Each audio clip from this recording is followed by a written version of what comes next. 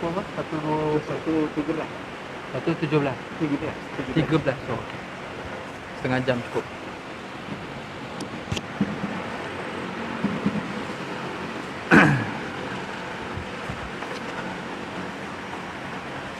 Assalamualaikum warahmatullahi wabarakatuh. Alhamdulillahi rabbil alamin. Wassalatu wassalamu ala asyrafil anbiya'i wal mursalin Sayyidina Muhammad wa ala alihi wa sahbihi ajma'in. Rabbi shrah li sadri wa yassir li amri wahlul 'uqdatam min lisani yafqahu qawli wasaddiq lisani bihaqqi Muhammadin sallallahu alaihi wasallam. Allahumma adkhilna mudkhala sidqi wa akhrijna mukhraj sidqi waj'alna min ladunka sultanan nasira.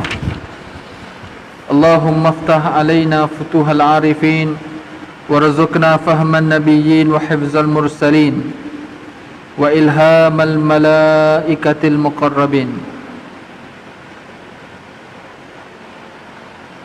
Laqad qala Allah ta'ala a'udzu billahi minasy syaithanir rajim.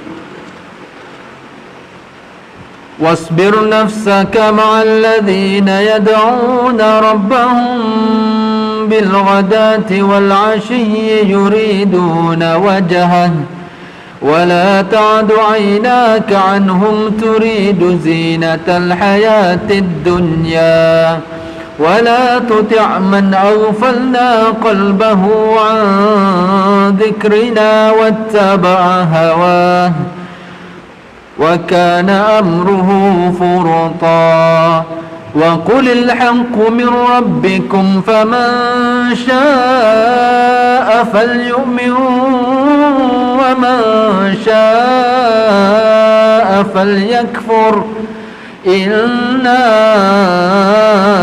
أعتدنا للظالمين نارا أحاط بهم سرادقها وإن يستغيثوا يغاثوا بماء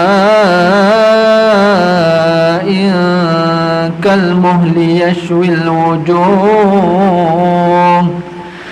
بئس الشراب وساءت مرتفقا إن الذين آمنوا وعملوا الصالحات إنا لا نضيع أجر من أحسن عملا أولئك لهم جنات عدن تجري من تحتهم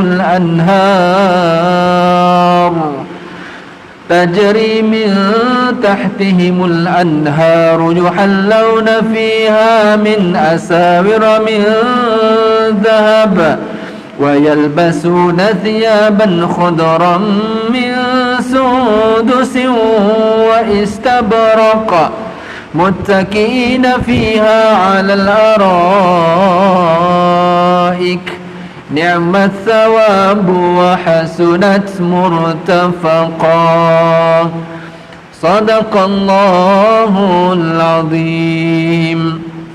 Surah Al-Kahfi ayat 28 hingga ayat 31. Alhamdulillah, pertama sekali saya sangat rasa bertuah dan terima kasih kepada Allah dan kepada semua tuan-tuan dan pihak pengurusan masjid kerana menjemput saya tengah hari ini untuk dapat bersama-sama dengan tuan-tuan melaksanakan solat Jumaat. Satu nikmat yang tidak terhingga pada saya yang terhad untuk nak dapat menjejakkan kaki ke masjid.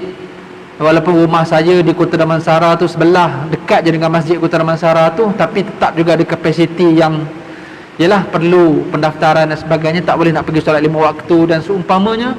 Tapi bila dapat saja jemputan, maka kita rasa ini satu nikmat yang susah nak dikata lah maknanya. Seronok sangat bila dapat bersama-sama hadir ke dalam masjid. Barangkali ini yang Allah sebut dalam ayat 28 surah Al-Kahfi.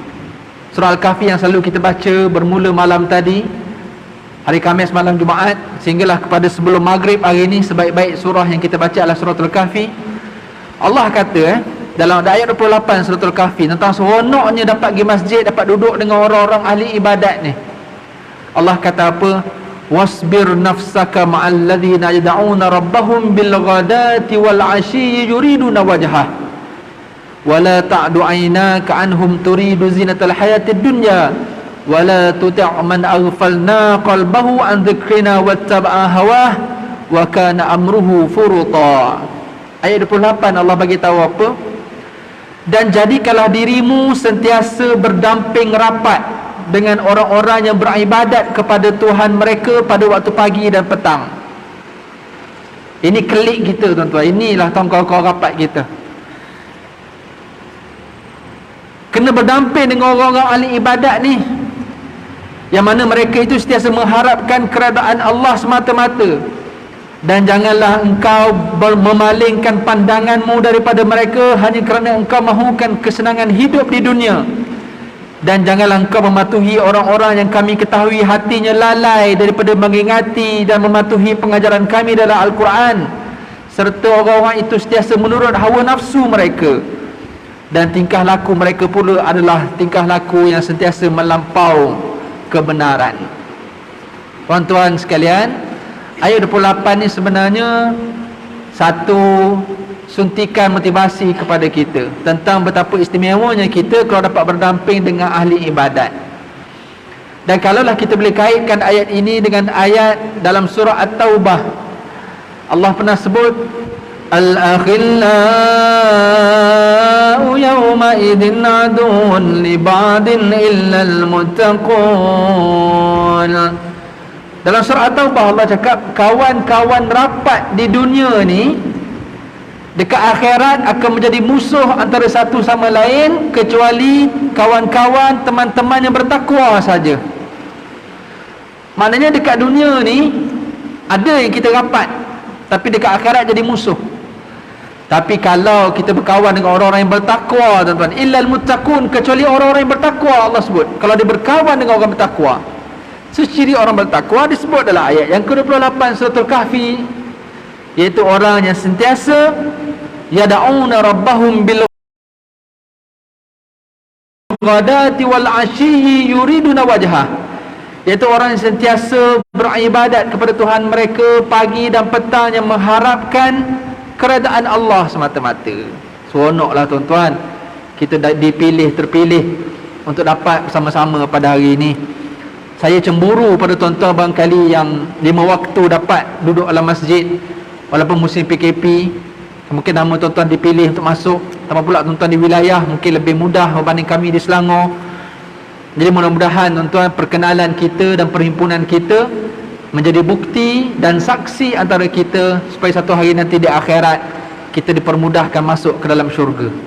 Seandainya kita terhalang untuk masuk syurga, barangkali teman-teman rapat yang bertakwa inilah yang akan support, yang akan bantu kita di akhirat nanti untuk memberi saksi, untuk memberi sokongan kepada kita ketika mungkin kita ada masalah di akhirat nanti.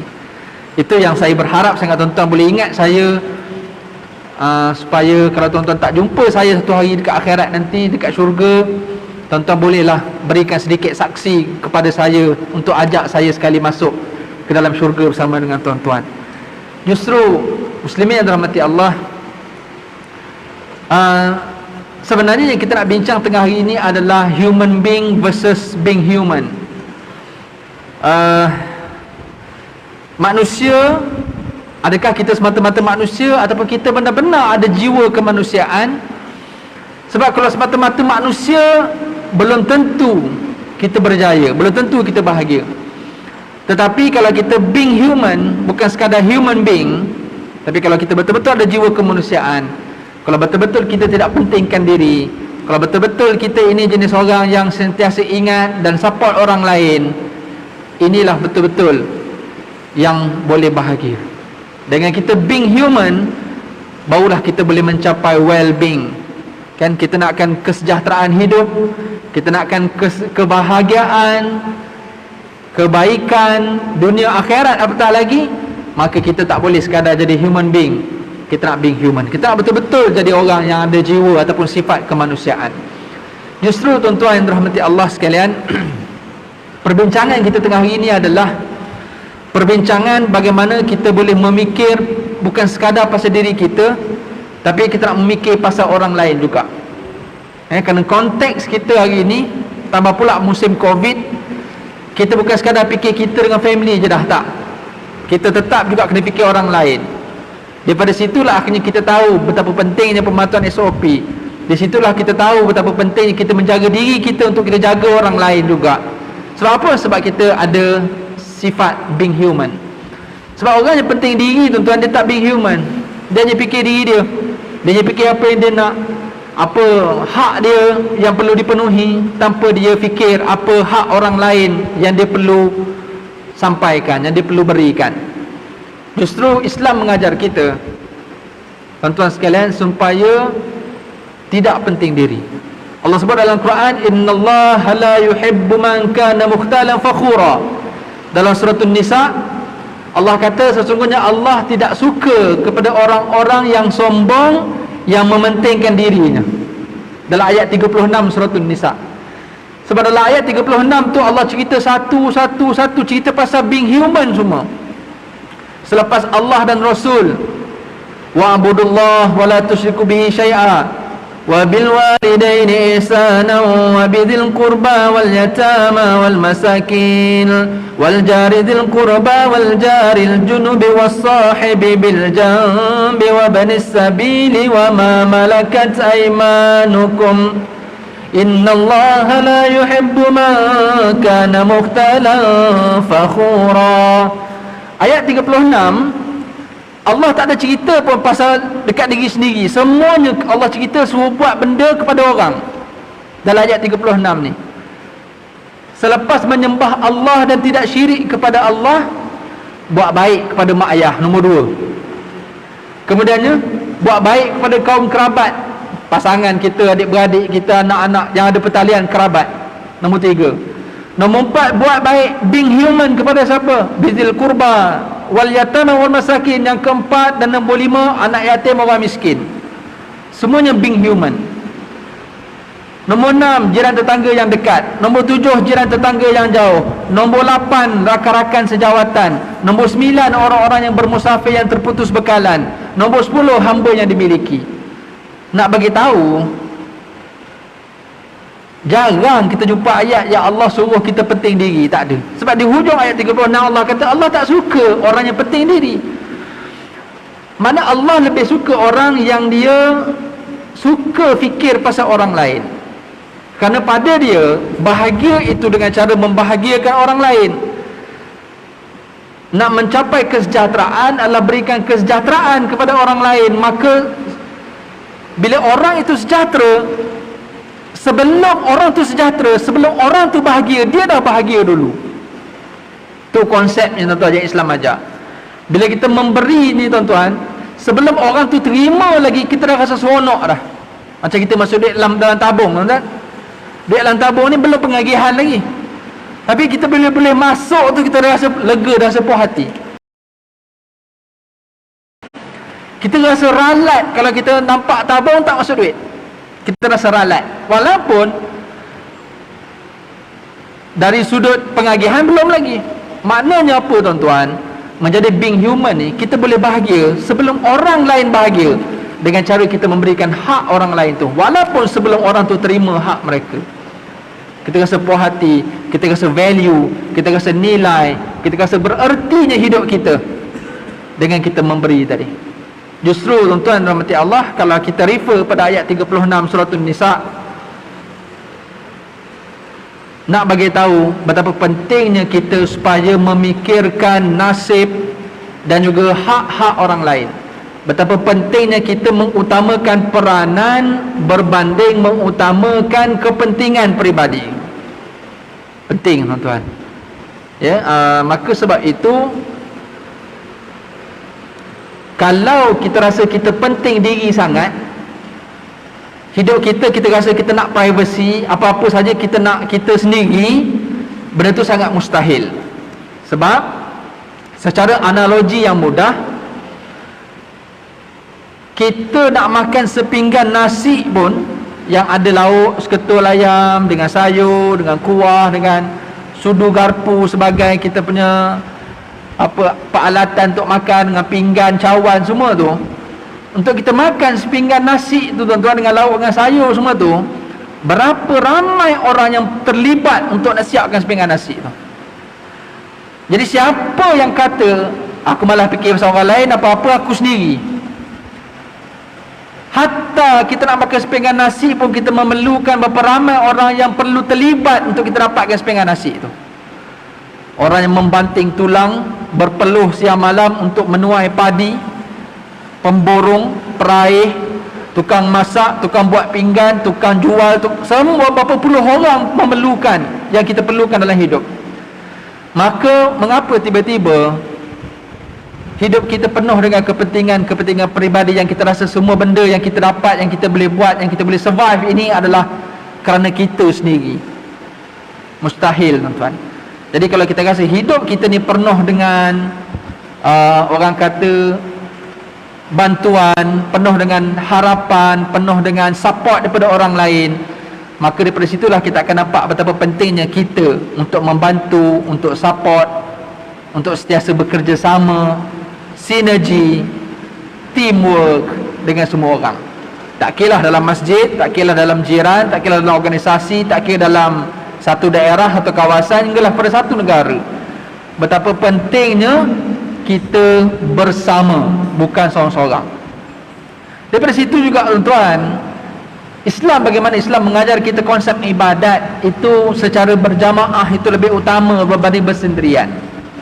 Itu sudah pasti ada konsep, ada matlamatnya tuan-tuan. Salatul jamaah afdalu min salatil fadhi bi 27 darajah.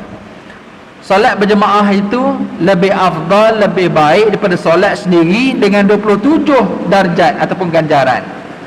Memberi maksud, kalau ramai-ramai, kalau buat itu secara sinergi, buat itu ramai-ramai, dia lebih hebat berbanding buat seorang.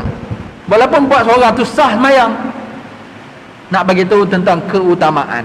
Jadi inilah perbincangan kita tuan-tuan tentang menjadi human being ni. Ramai orang jadi human being, orang bukan Islam, orang baik, orang jahat, semua tu boleh jadi human being. Tapi being human hanya orang-orang yang terpilih saja. Dan bertuahnya kita kalau Allah pilih kita menjadi being human, menjadi orang yang boleh buat baik, boleh berperanan kepada orang lain, dalam keadaan kita ni pula adalah orang Islam.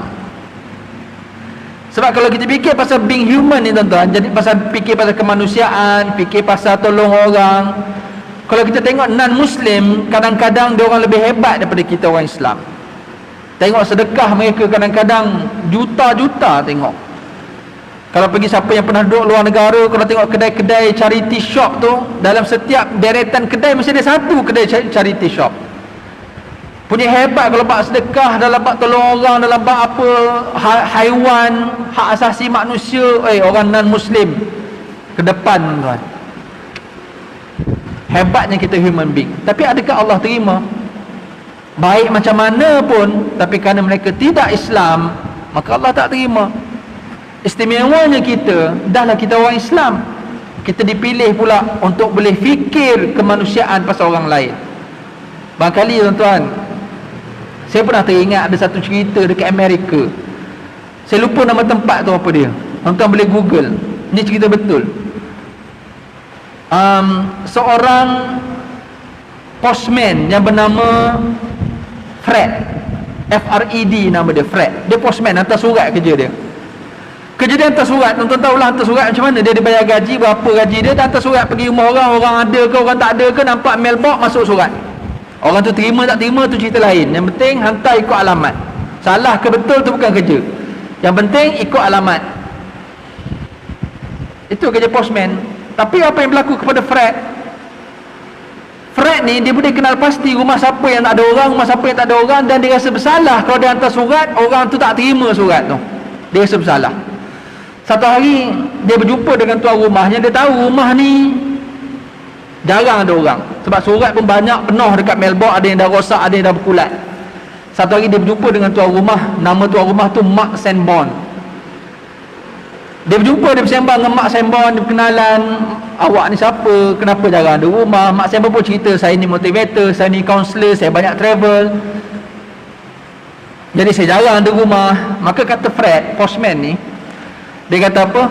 Dia kata ginilah tuan, saya ni hantar surat, tapi saya tak happy kalau saya hantar, tuan tak terima surat, malah ada surat yang rosak pun. Macam ni lah, tuan bagi saya tuan punya jadual, saya akan pastikan time tuan ada rumah, tuan dah balik rumah, time tu saya akan hantar surat tuan. Saya tak tahu lah dia sudah SOP nya, adakah post tu benarkan tak benarkan, tu cerita lain lah. Tuan tak payah tanya saya lah. Cuma effort Fred ini, dia nak make sure surat tu sampai. Betapa being human-nya dia. Kalau dia fikir penting diri, pasal gaji, pasal apa, dah lantak. Tapi tak, dia fikir pasal orang lain. Dia kata gini, tuan bagi tuan punya schedule, saya akan make sure saya akan hantar surat time tuan ada rumah. Saya akan pastikan parcel, surat, box apa semua akan sampai depan pintu time tuan ada rumah, supaya benda tu tak rosak. Tuan mak Sembon ni motivator. Akhirnya dia tulis satu buku. Dia dapat inspirasi daripada Fred. Dia tulis satu buku, tajuk dia Fred Factor. Bukan Fear Factor, Fred Factor. Buku tu jadi buku bestseller dekat Amerika. Maknanya Fred ni bagaimana memberi inspirasi tentang bagaimana beri manfaat pada orang, betapa fikir peranan berbanding hak, fikir pasal orang lain, utamakan orang berbanding diri sendiri. Walaupun Fred seorang penghantar surat, mak Sembon fikir hebatnya orang ni, dia tulis buku. Akhirnya orang Amerika mendapat inspirasi. Semua orang rasa nak buat baik, semua orang rasa nak involve dalam aktiviti kemanusiaan. Dia dapat inspirasi daripada buku mak Sembon, Fred Factor tadi. Ada orang nampak sampah, dia kutip. Orang lain nampak, ada orang lain kutip, orang kata this is Fred Factor. Ada orang ni parking kereta tak betul, orang ni betulkan parking balik, apa semua, this is Fred Factor. Ada sajalah benda-benda yang fikir pasal kepentingan orang lain, bila orang tengok, orang kata this is Fred Factor. Hebat tuan-tuan. Satu hari Fred ni dah masyhur, dah famous, orang kenal dia. Satu hari dia terjumpa balik dengan mak Sembon, penulis buku motivator tadi. Fred, awak masih hantar surat lagi walaupun awak dah famous. Kenapa awak hantar surat lagi? Buatlah kerja lain yang bagus sikit. Barangkali lah, ni bukan kita nak diskriminasi orang hantar surat. Fred kata, saya buat ni bukan nak famous. Saya seronok untuk hantar surat biar pastikan orang yang terima surat tu, dia terima surat dia. Saya buat ni bukan sebab nak famous, tuan. Saya buat ni sebab saya happy, sebab saya nak bahagia. Saya rasa seronok sangat bila kerja saya ni, orang tu betul-betul dapat apa yang saya buat untuk dia. Akhirnya mak Sembon tulis pula buku nombor 2, tuan-tuan. Cerita pasal value, pasal Fred tadi. Tuan-tuan, betapa orang yang kerja hantar surat pun kadang-kadang dia ada sifat kemanusiaan. Hari ni tuan-tuan tengoklah siapa yang biasa dengan social media. Hari ni orang forward kan, apa delivery man, apa Grab ke Foodpanda ke, kadang-kadang buat baik kat orang tu, orang ni buat baik kat orang ni. Jadi semua dia memberi inspirasi pada orang lain, tuan-tuan. Inilah kita panggil being human. Apa yang dibuat oleh Fred adalah being human. Apa yang dibuat oleh geng-geng delivery kita tu, kadang-kadang dia buat benda-benda baik yang memberi inspirasi pada orang. Ini semua adalah being human, tuan-tuan. Tapi apa yang membezakan Fred dekat luar negara yang baik sangat tu, yang membezakan dia dengan kita adalah dia tidak Islam. Kita orang Islam. Ya, bila kita buat baik, kita dapat pahala. Bila kita berpahala, Allah hapus dosa. Bila kita ada pahala sikit dan Allah hapus dosa, kita dapat syurga, tuan-tuan. Menjadi orang bukan Islam, baik macam mana pun dia tidak akan dapat syurga. Maka sebab itu tuan-tuan doakanlah. Bila saya sebut benda ni tuan-tuan, kita bukan nak condemn orang bukan Islam. Tapi kalau tuan-tuan boleh terfikir, ada seorang kawan, seorang cukup, seorang kawan tuan-tuan yang bukan Islam ataupun yang belum lagi Islam, yang baik, yang sangat baik, yang sangat being human, yang sangat jaga hati orang, yang sangat jaga jiran, yang apa-apa masalah dia akan tanya kita. Tuan-tuan bayang seorang muka orang non-Muslim yang tuan-tuan kenal, tuan-tuan doakan supaya dia masuk Islam, supaya berbaloi kebaikan-kebaikan yang dia buat dan Allah terima kebaikan. Inna ad-dina indallahil Islam. Sesungguhnya hanya agama yang Allah terima di sisi Allah adalah agama Islam. Maka oleh demikian tuan-tuan, bila kita menjadi being human ini, kepentingan kita kalau jadi orang Islam, Kalau orang bukan Islam boleh jadi lebih baik pada orang Islam, maka benda itu sangat memalukan kita. Hari ini tuan-tuan tengok tuan-tuan apa yang berlaku dalam negara kita. Orang kata apa istilah netizen. Kalau di social media tuan-tuan nampak je satu benda buruk, tengok apa respon orang Islam kita dekat social media hari ni. Dia kutuk, dia maki. Apa yang berlaku kes Paralimpik baru ni, Ziyad semua tu, dia maki kutuknya Ukraine punya atlet. Ini tidak being human tuan-tuan. Ini sangat memalukan kalau yang buat tu pula orang Islam. Bagaimana kes kita dengan Israel hari tu, semua pakat maki hamun je macam tu tuan-tuan. Ini semua memalukan kita. So pentingnya kita menjaga adab dan akhlak dalam keadaan kita being human, dalam keadaan kita menjaga hati orang lain, bermanfaat pada orang lain, memberi peranan kepada orang lain, maka kita mulakan dengan adab-adab yang baik. Al-muslimun man salimal muslimun min lisanihi wa yadihi. Orang yang betul-betul sejahtera, orang Islam, Islam maksudnya sejahtera. Orang yang betul-betul sejahtera, kata Nabi SAW, adalah orang yang sentiasa memberikan kesejahteraan kepada orang lain dengan perkataannya dan juga dengan perbuatannya. Ini being human. Muslimin yang dirahmati Allah, berapa ramai orang yang hari ini dia fikir pasal nak bagi koyak orang lain. Dia kutuk, dia caci maki, tak kira daripada ahli politik, artis-artis, selebriti, ustaz-ustaz, mufti, tak kira siapa-siapa, kalau dia rasa tak puas hati, maka dia kutuk macam tu saja. Tuan-tuan, saya baca dalam satu artikel di Harian Metro tuan-tuan, isu buli cyber ni tuan-tuan, Malaysia berada pada kedudukan kelima dalam dunia. Buli cyber, bak caci maki orang semua ni. Ini tidak being human tuan-tuan. Nombor 5 dalam dunia dan nombor 1 di Asia. Dahsyat tak dahsyat tuan-tuan? Dan kebanyakannya adalah orang Islam kita. Na'udzubillah min zalik. Maka tuan-tuan yang dirahmati Allah, kita minta lindung daripada Allah agar kita, generasi kita, keluarga kita dibebaskan daripada sifat penting diri, sifat suka menyakitkan hati orang, tapi kita diberikan oleh Allah untuk menjadi orang yang sentiasa memikirkan pasal orang lain, menjaga hati orang lain, berperanan kepada orang lain, insya-Allah. Dan kita akan bahagia dengan cara membahagiakan orang lain, dan kita sama-sama akan masuk bersama dengan orang-orang yang bahagia tadi ke dalam syurga, insya-Allah. Itu sahaja untuk hari ini. Minta maaf salah silap saya. Semoga Allah memberkati kita dan menjaga kita, berikan keselamatan kepada kita dalam keadaan wabak yang masih lagi melanda negara, dan harapnya Allah memulihkan keadaan kita semua, insya-Allah kembali seperti sedia kala ke arah kebahagiaan dan kesejahteraan dunia akhirat, insya-Allah. Assalamualaikum warahmatullahi wabarakatuh.